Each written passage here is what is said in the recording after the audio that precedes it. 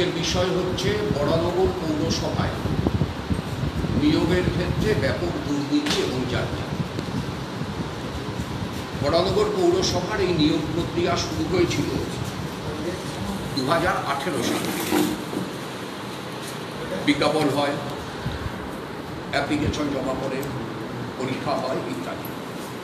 2019 সালের আগস্ট মাসে যখন এই ইন্টারভিউ চলছিল, সেই সময় বিধানসভায় আমি মাননীয় মন্ত্রীকে প্রশ্ন করেছিলাম যে এই যে ইন্টারভিউ চলছে, এই ইন্টারভিউতে কারা সিলেক্টেড হচ্ছে, কারা সিলেক্টেড হচ্ছে না, এটা সাধারণ মানুষকে জানানো হবে কি না। মাননীয় মন্ত্রী উত্তর দিয়েছিলেন,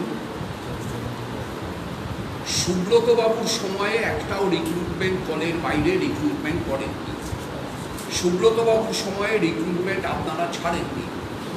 সেই সময় যিনি মন্ত্রী ছিলেন, তিনি সুব্রতবাবু রিক্রুটমেন্ট যেটা করতে চেয়েছিলেন সেই রিক্রুটমেন্ট করেননি। সেই সময় একটাও রিক্রুটমেন্ট করতে দেননি আপনারা, সব বামফ্রন্ট সরকারের বিরুদ্ধে। আমাদের সরকার আসার পরে স্বচ্ছতার সাথে আমরা মিউনিসিপ্যাল সার্ভিস কমিশনের থ্রু দিয়ে করছি। তারা প্যানেল করে, পরীক্ষা নিয়ে ফল প্রকাশ করে, মিউনিসিপ্যালিটিতে সেই ফল টাঙানো থাকে। সেই ফলের বেসিসে যারা প্রথম দিকে থাকেন তাদের ইন্টারভিউ ডাকা হয়।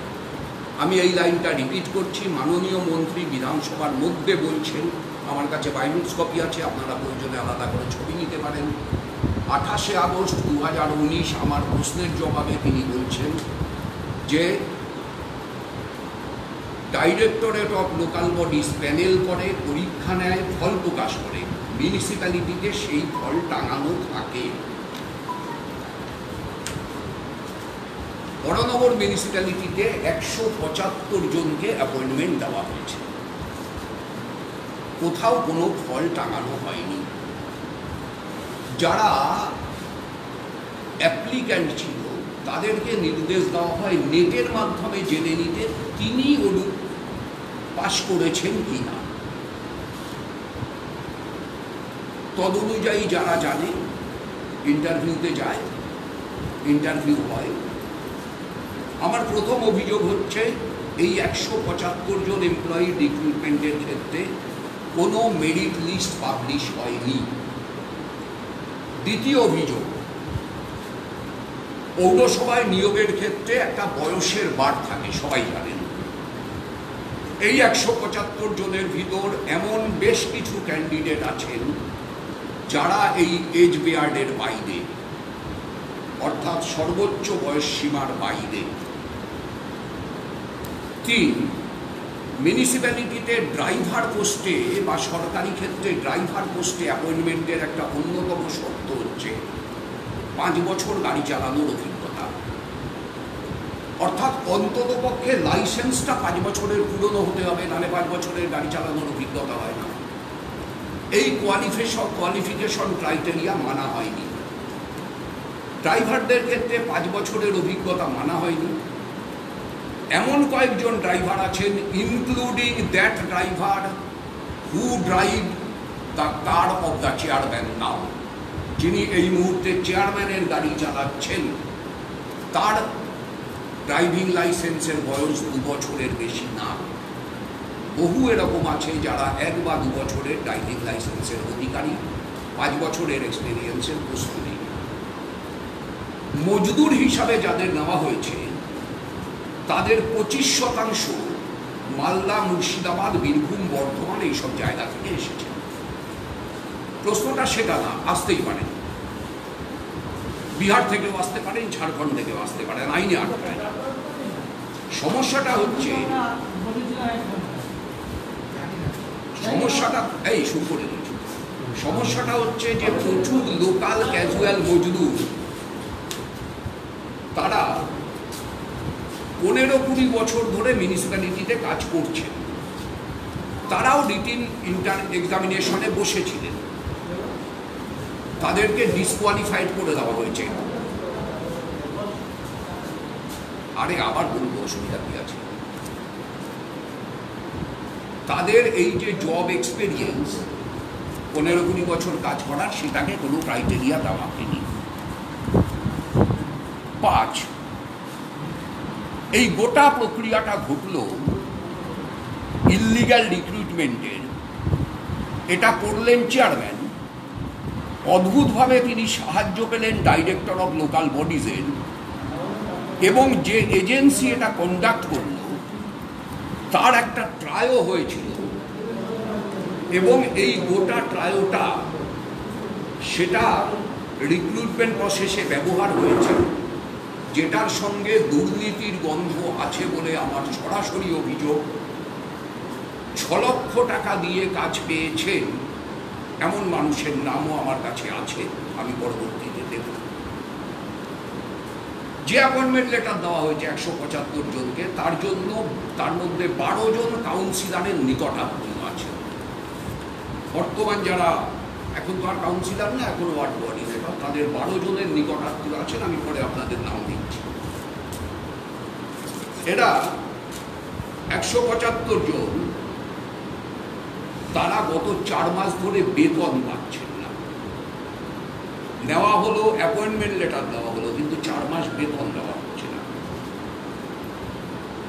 ডিএলবি তারা তাদের memo number 370 by DLB by miscellaneous hyphen general by 3/60 dated 11/3/2020, তারা একটা অর্ডার দেন এক্সিকিউটিভ অফিসার অফ দ্য মিউনিসিপ্যালিটিকে, যে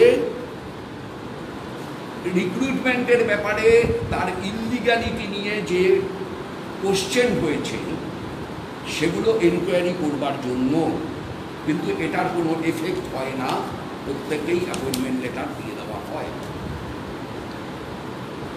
11/3/20 আরেকটা মোস্ট স্ট্রেঞ্জ ব্যাপার হচ্ছে, 3 মাস জয়নিং ডেট পেরিয়ে যাওয়ার পরেও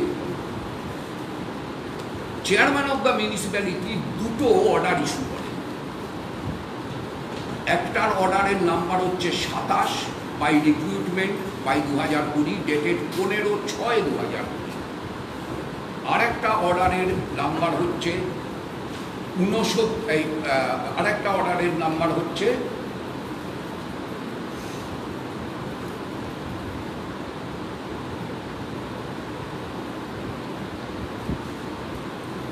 আচ্ছা, আগে এটা বলে পরেরটা পরে বলছি। এই যে 27/রিক্রুটমেন্ট/2020 ডেটেড 15/6/29, ও আরেকটা অর্ডারের নাম্বার 29, বাকিটা সেম। 29/রিক্রুটমেন্ট/2020 ডেটেড 15/6/20। এর ভিতর 69 জনকে, খেয়াল করবেন এদের অ্যাপয়েন্টমেন্ট মজদুর মানে হচ্ছে তাদের হেলথ ডিপার্টমেন্টের আন্ডারে রাস্তা পরিষ্কার, রাস্তা ঝাড় দেওয়া, ড্রেন পরিষ্কার, এই ধরনের কাজের সঙ্গে যুক্ত থাকার কথা, অর্থাৎ আউটসাইড সার্ভিসে থাকার কথা। মিউনিসিপ্যালিটির যে ক্যাটাগরি, সেই ক্যাটাগরিতে মজদুর মানে সে আউটসাইড সার্ভিস হোল্ডার। এদেরকে দেওয়া হয় বিভিন্ন দপ্তরে, কাউকে এস্টাবলিশমেন্ট, কাউকে অ্যাকাউন্টস, কাউকে IT cell, assessment, licence, collection, গোটা নামের লিস্ট আপনারা ছবি তুলে নিয়ে যাবেন, দিয়ে দেবেন। কিছু ক্যান্ডিডেট যারা মনে করেছে তাদের কোয়ালিফাই করা উচিত ছিল, তাদের কোয়ালিফাই করা হয়নি, তারা 12/8/2018, অর্থাৎ আমি বিধানসভায় প্রশ্ন করবারও অনেক আগে, একটা রিট পিটিশন জমা দেয় কলকাতা হাইকোর্টে। সেই রিট পিটিশনের বিরুদ্ধে, ও রিট পিটিশন অনুযায়ী 16/8/2019 জাস্টিস সমাপ্তি চ্যাটার্জি তিনি একটা অর্ডার দেন। অর্ডারটা হচ্ছে quote unquote, claim of the petitioners is abide by the result of the writ petition. The legal case WP 15980 within bracket W of 2019 is still on। এই অর্ডারটা still on, final order is awaited, কিন্তু authority তাকে কোনো গুরুত্ব দেয় না, তারা আরবিটারিলি উইজিটালি illegal কাজ চালিয়ে যেতে থাকে। যে দুটো অর্ডারের কথা আমি বললাম, 15/6/2020 যে অর্ডার দেয়, তাতে 58 জন মজদুরকে বিভিন্ন দপ্তরে পোস্টিং দেওয়া হয়েছে। 58 জনই মজদুর, সৌরিশ মৈত্র থেকে শুরু, শেষ নাম হচ্ছে গৌরাঙ্গ চ্যাটার্জি। এই 58 জনকে বিভিন্ন দপ্তরে অ্যাপয়েন্টমেন্ট দেওয়া হয়েছে, যারা appointed as Mazdoor, which is illegal. চেয়ারপারসনের সই আছে।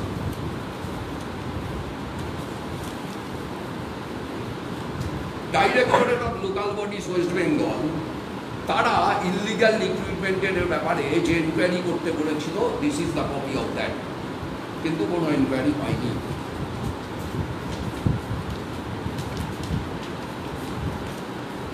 রাম যাদব এবং অনিরুদ্ধ বিশ্বাস বলে দুজন মজদুর, যারা আগে ক্যাজুয়াল মজদুর ছিল, তারা ওই কোর্ট কেসটা করেছিল, যেটা এখন পর্যন্ত অ্যাবসেন্ট। সেকেন্ড যে অর্ডারটা বললাম মিউনিসিপ্যালিটি চেয়ারম্যানের, মজদুরদের দিয়ে দপ্তরে কাজ করাবো, তাতে 11 জন মজদুরের নাম আছে, শিখা জানা দিয়ে শুরু, বেবি মণ্ডল দিয়ে শেষ। এইটাতেও হচ্ছে এদেরকে এস্টাবলিশমেন্ট, অ্যাসেসমেন্ট, কালেকশন লাইসেন্স, বিরাবদুটি ইত্যাদি দপ্তরে দেওয়া হচ্ছে।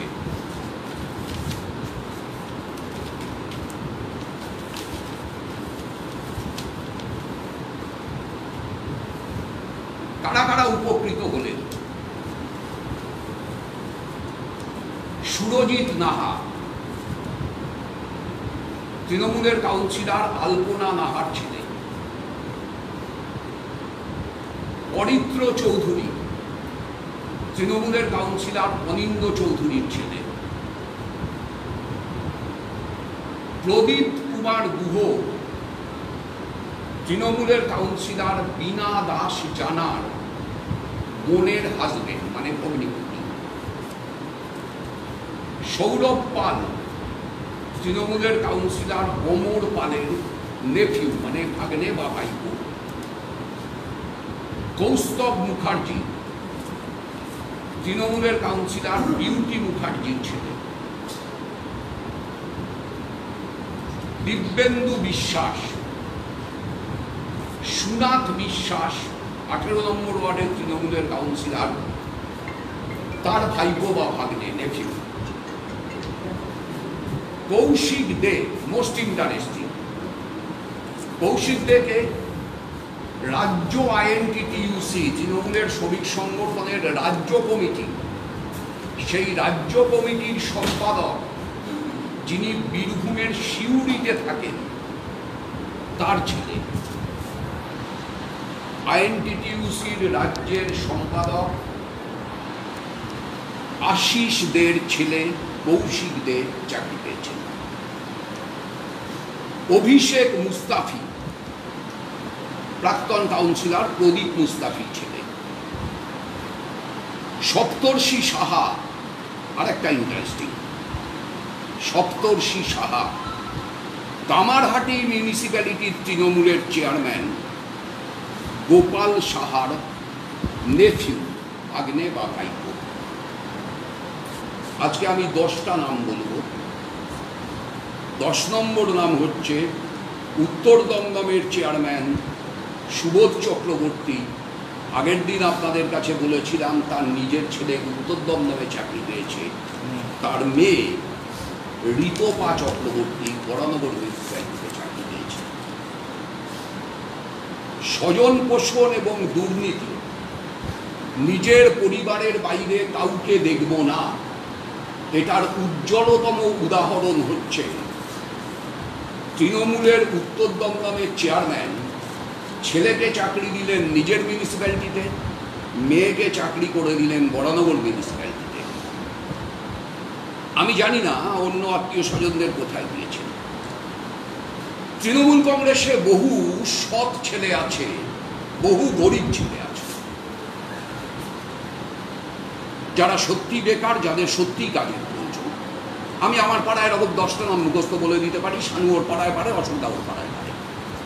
যাদেরকে আমরা অসৎ মনে করি না, যাদের অযোগ্য মনে করি না, রাজনীতিতে আমাদের বিরোধী হতে পারে।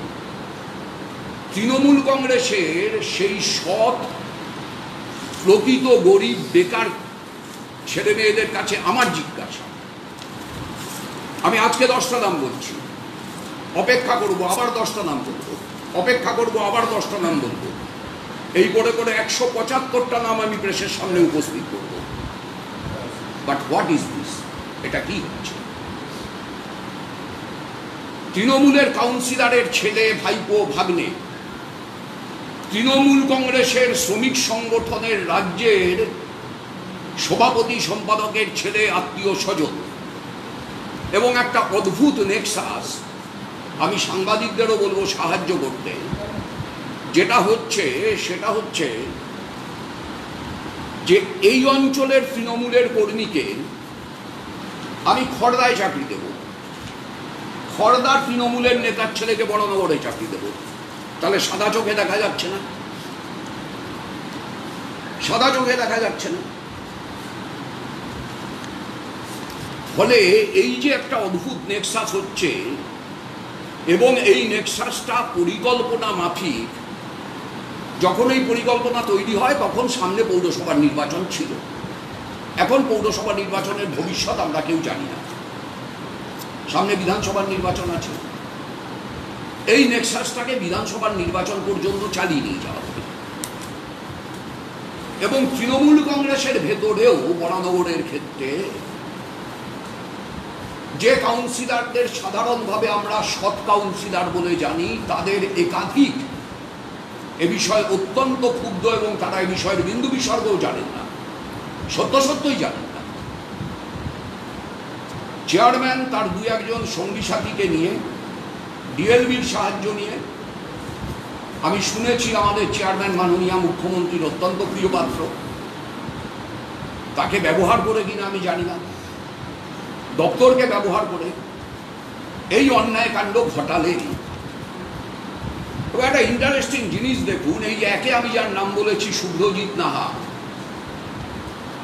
আলপনা নাহার ছেলে, এ কিন্তু এই অ্যাপয়েন্টমেন্ট লেটার পাওয়ার অনেক আগে থেকে মিউনিসিপ্যালিটিতে কাজ করছে উইদাউট অ্যাপয়েন্টমেন্ট লেটার।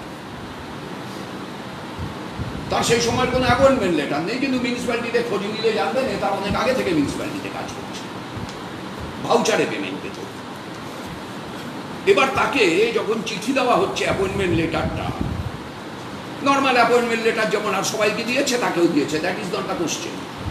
কোশ্চেন হচ্ছে এ চেয়ারম্যানকে জানাচ্ছে চিঠি দিয়ে, আমি চিঠিটা পড়ছি, madam, in pursuance of your memo number such and such dated such and such, I Shubhrojit Naha do hereby join today the 11th day of March 2020 in the forenoon in Boranagar municipality in the post of sub-assistant engineer.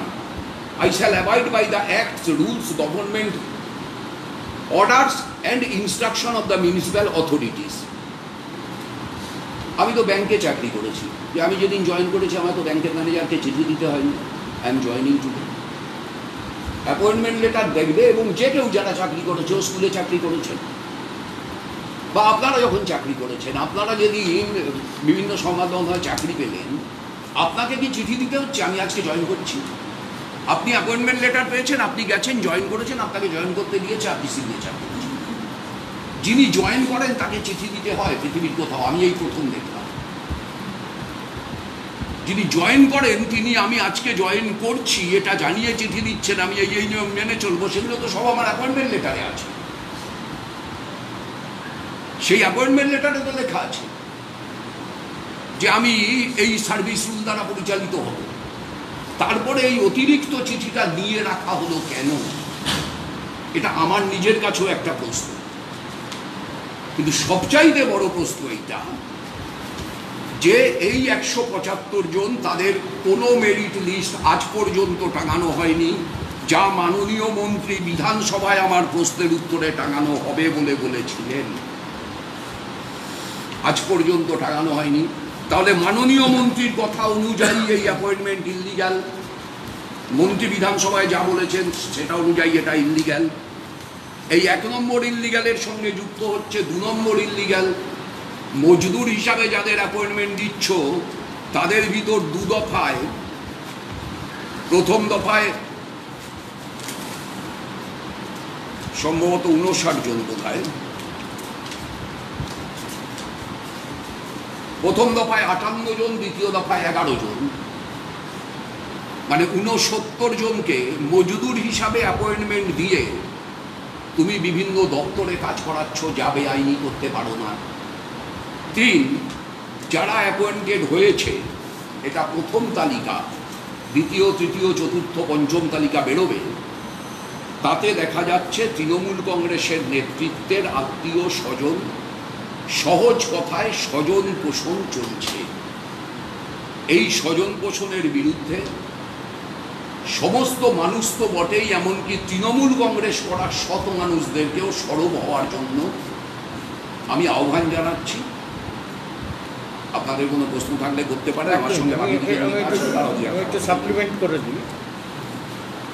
প্রথম form বিক্রি করা হয়েছিল 2017 সালে। Declaration ছিল post হচ্ছে 175টা। তারপর অল্প কিছু লোকের পরীক্ষা নেওয়া হয়েছিল, সবাইকে পরীক্ষায় ডাকাও হয়নি। তারপর তো উনি যা বলেছেন সেটা জানেন আপনারা, যে ওইভাবে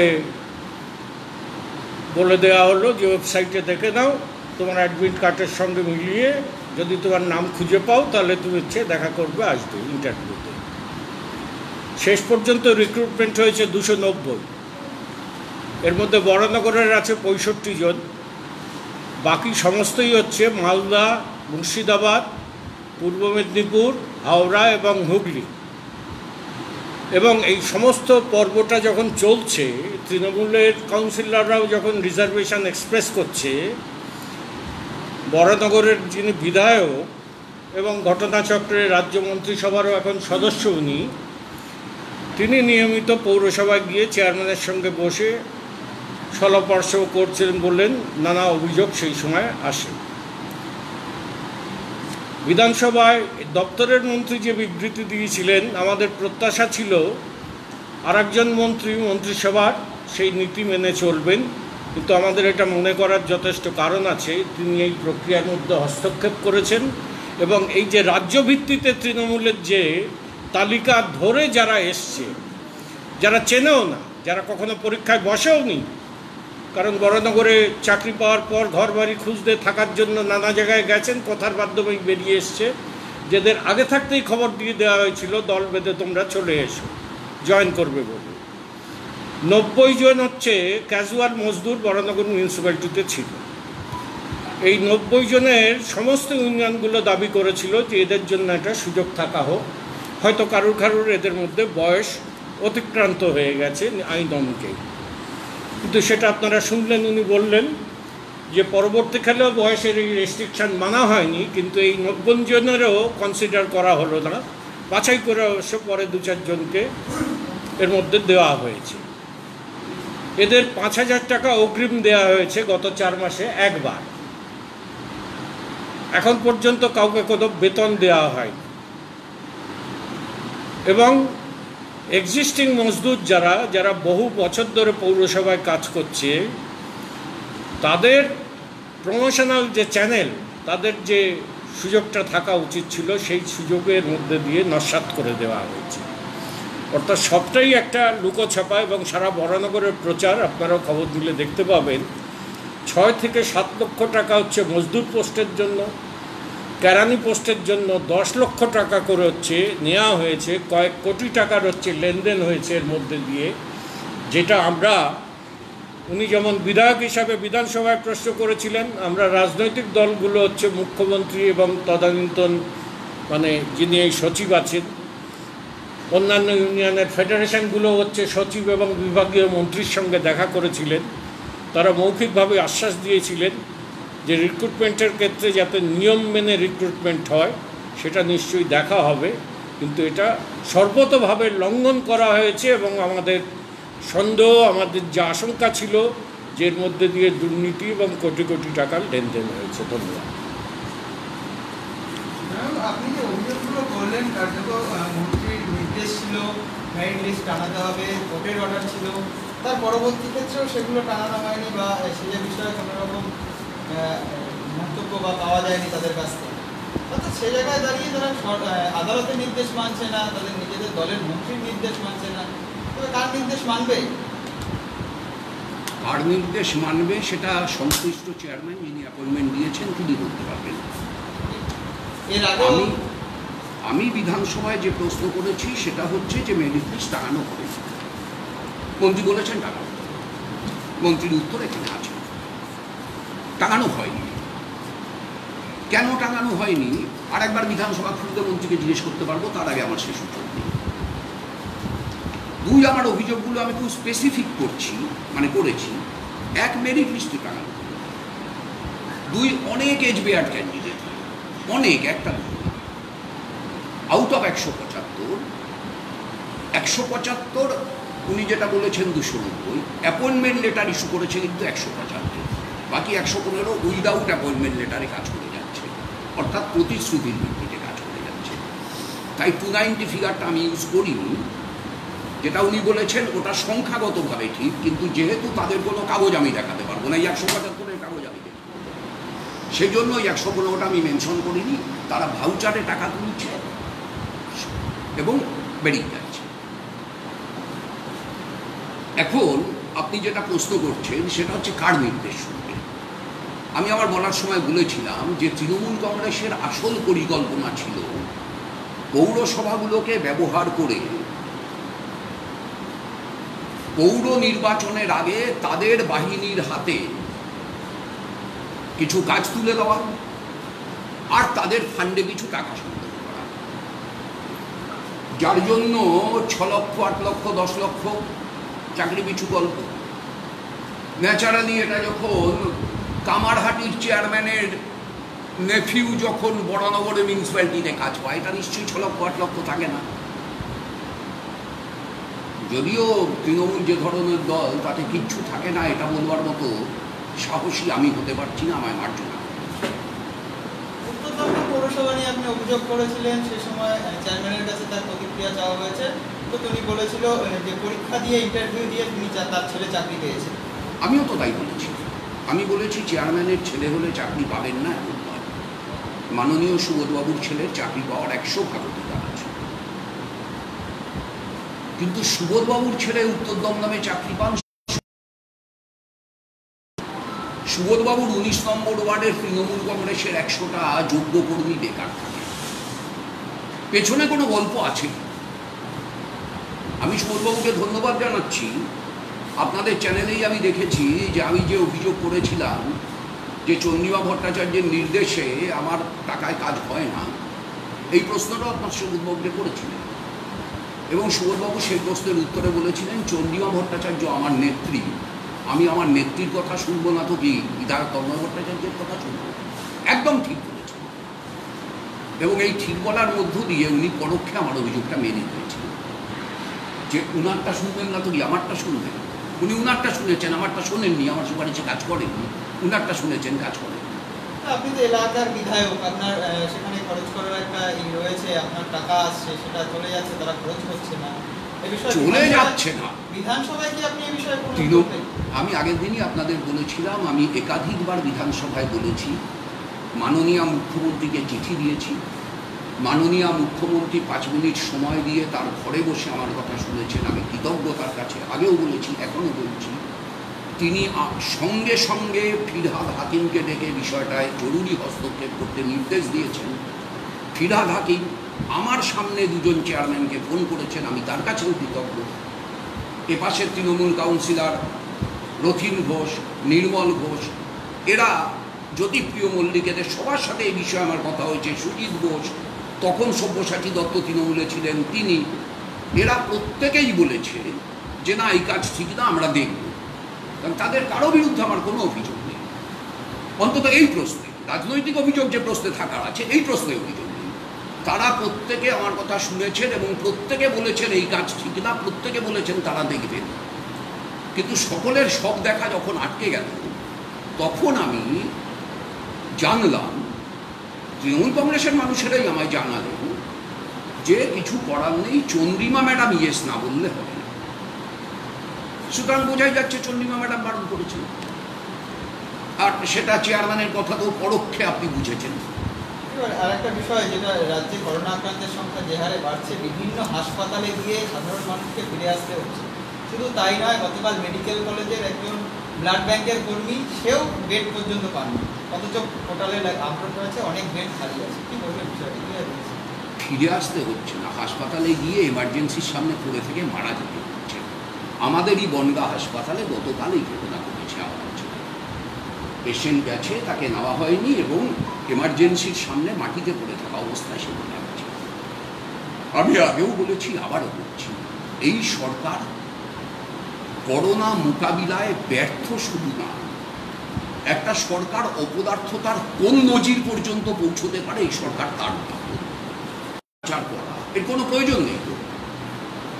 ওয়েবসাইটে যদি দেখানো হয় সাগর দত্ত হাসপাতালে 80টা বেড ফুল, তাহলে আমি যাবো না সাগর দত্তে? এটুকু সেন্স তো আমার আছে।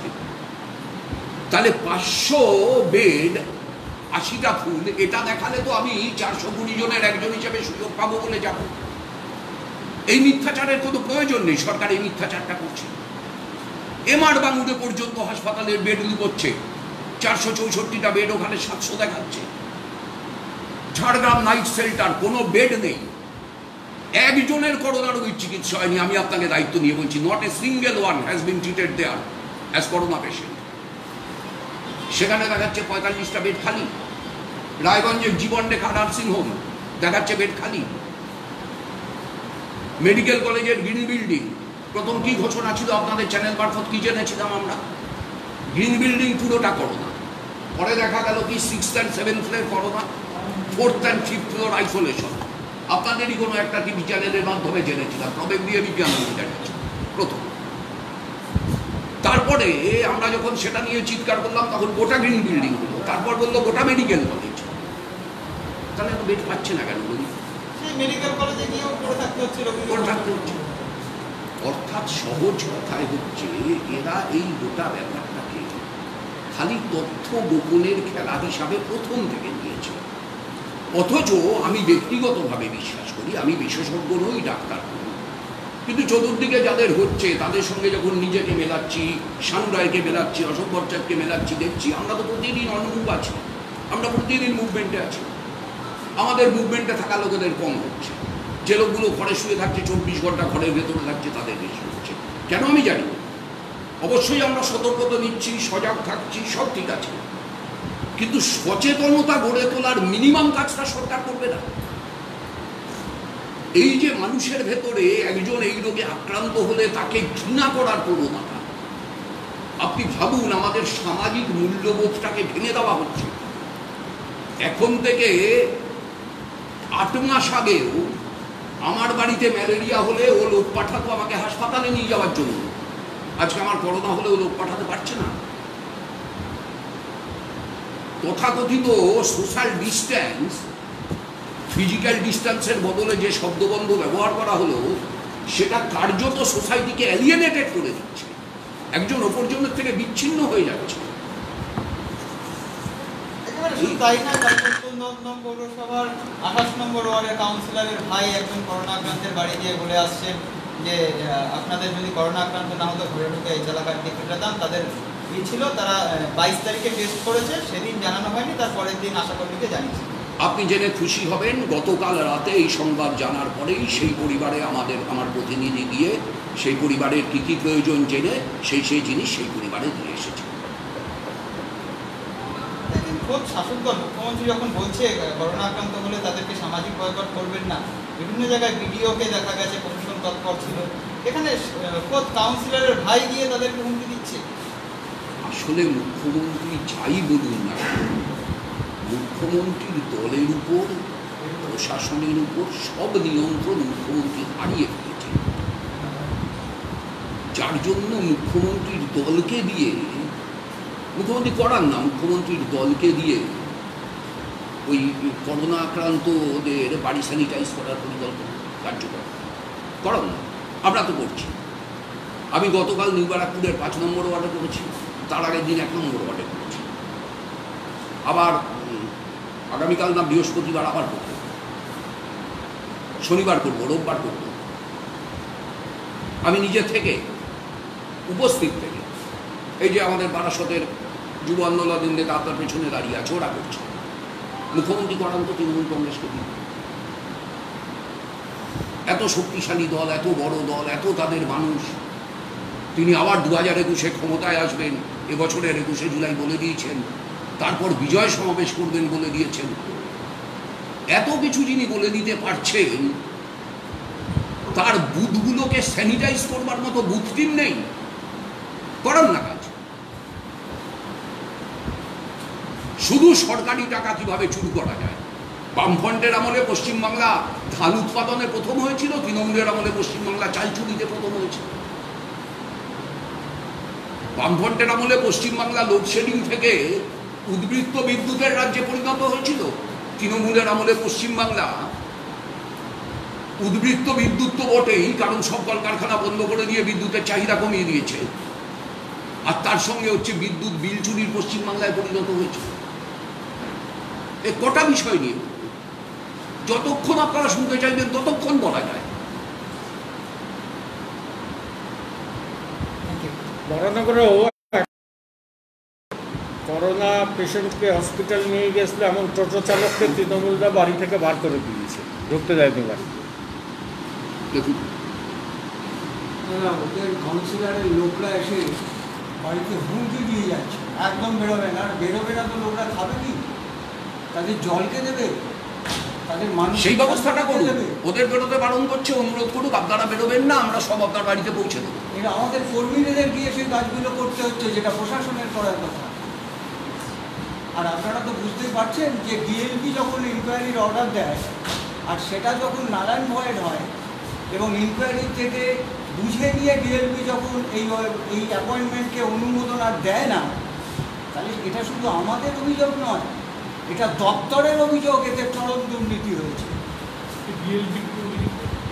ডিস্ট্রিক্ট লেবার বোর্ড এরা যখন বলে দেয়, তার মানে বুঝতে হবে যে দপ্তরে যারা কর্মকর্তা, না, director of local body, director of local body, municipal এগুলোর মানে কন্ট্রোলিং অথরিটি, লোকাল বডি, এরা যখন বলে দেয়, কারণ এরা বোঝে এদের তো চাকরি আর মমতা ব্যানার্জির রেজিমে করবে না, ওরা সব রেজিমেই চাকরি করবে, ওদেরও কার্ডস নিয়ে ওরা, এর থেকেই বোঝা যাচ্ছে যে দুর্নীতি হয়েছে।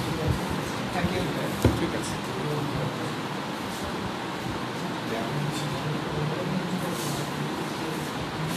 এই তো এই ছবিগুলো লাগবে, কোনটা লাগবে বল।